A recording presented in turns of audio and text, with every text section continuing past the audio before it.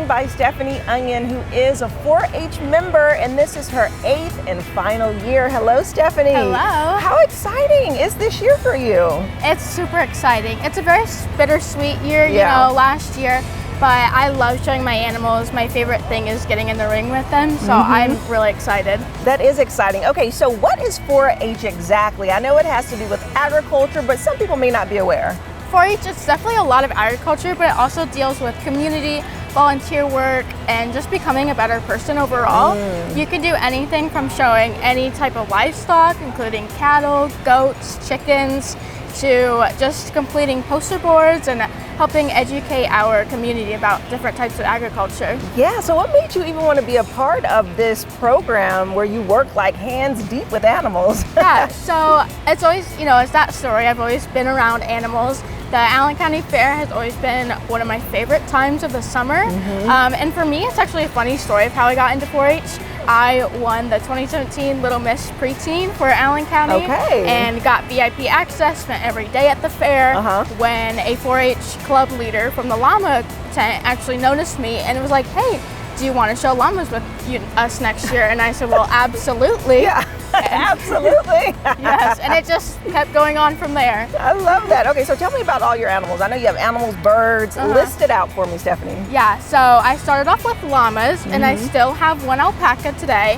And then this year I brought 9 goats with me, along with 10 chickens. I have 3 dairy heifers with me, and then I did around 20 projects in the exhibit building. Wow, that is definitely a lot of animals. So talk about what is the process throughout the year to take care of them. So basically you are preparing them to present here at the fair. Is that how it works? Yeah, so for me, I actually live in just a neighborhood in Huntertown, so it's a lot of communicating with barn owners to kind of organize how I'm going to work with my animals every year.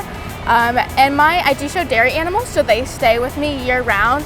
It's a lot of keeping them maintained, keeping them happy, keeping them healthy, and making sure that they grow up to look their best for Allen County Fair, so that they can present themselves well and I can present myself well, and it's just a great experience overall for them. Yes, okay, and lastly, you did compete this year in the Queen's, what is it, the Queen's Court? Yeah, it's like a Queen Scholarship program. Okay, and you won 3rd runner-up. Yes. Yes, congratulations. Thank to you. I'm sure that was a lot of work. It was. This is my 2nd year competing. So. Okay, and so as you are now leaving this 4-H program and heading off to your next journey, do you plan to still work in agriculture, or what do you want to do in school? Yeah, so my goal is actually to go to vet school in the end.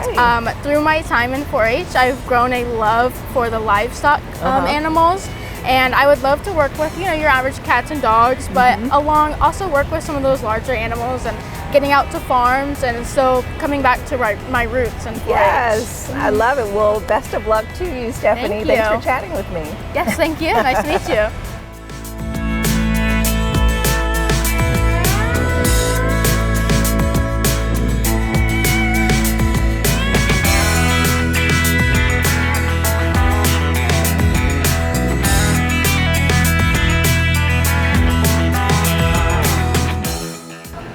I am now joined by Holly Howard, who has been a part of 4-H for 9 years and will be a senior this upcoming year. Yeah. Hello. Okay, so that's so exciting that you've been a part of this program for so many years.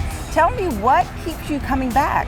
My friends and family really do it, and it's just a passion that I really have, and it's kind of helped me find my career that I want to go into too. So it's just really something I love. Fun. What is this career path? So I really want to go in and go to college for pre-med and pre-vet, and then become a human and animal chiropractor. Wow, I didn't even realize animals had chiropractors. That is cool to learn. Okay, so tell me, which animals do you have that you take care of here and that you show? I have sheep and pigs. Okay, interesting. So what have you learned over the years with working with those 2 animals in particular? You really got to be open-minded. Every animal's different, especially in sheep, because they're all different sizes and they all have different attitudes. They can act great one day and they can act awful the next. So you really just have to be open-minded. And pigs, they're kind of calm. You still got to make sure you treat everyone different. Some of them like different whips. Some of them like to walk different ways. But they're kind of similar, but they kind of get the groove of it better. Yeah, and is it true with sheep that they really do follow the leader? Yes. They do? But you gotta be lucky to get a leader. Yeah. And so, as you have just been a part of the program, what is the most exciting thing about prepping for this moment to have your animals on to show?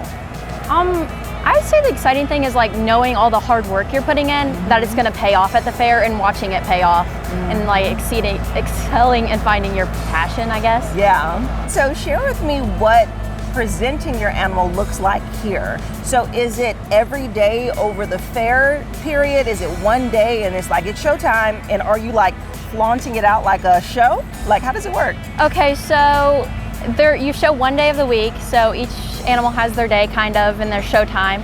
So sheep actually show Thursday at 12:30, and we'll give them a haircut, we'll clip them down real tight, and then we'll actually paint them up and make them not paint, but the white ones get white paint on them to make them look whiter. Oh, wow. And then they have fluffy legs, so we'll comb them out, make them look real big because that's what you want. And then you kind of just want to walk them around, you kind of trot them around so they look good. Yeah, okay, so this is like a prancing thing. Yep. Like, okay, look at that. So you're basically showing off the healthiness of it, the presentation skills. Do they do any tricks? They don't do tricks, but I guess you're supposed to stand there and you brace them so they look put together and they look like they have muscle and stuff. I could say that's a trick because it's pretty hard to train them to do that. Right, and then the same with the pigs? Pigs, we'll paint them up too. We don't clip them as much because you want them to be hairy, and then you drive them with a whip, so it's not as much as setting them up. You just want to make sure you're on the right side of the ring when the judge is there. Okay, well, so fascinating. Best of luck to you as you compete this week, and as you heal, and as you start your senior year. Thank you. Good talking with you.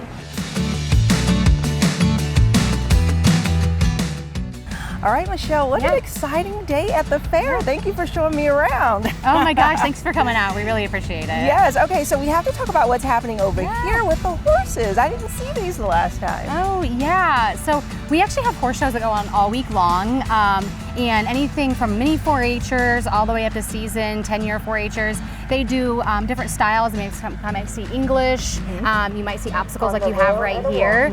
So it's really kind of fun. You don't get to see that every day. I know, it's like our own little mini derby here in Fort Wayne. Yeah.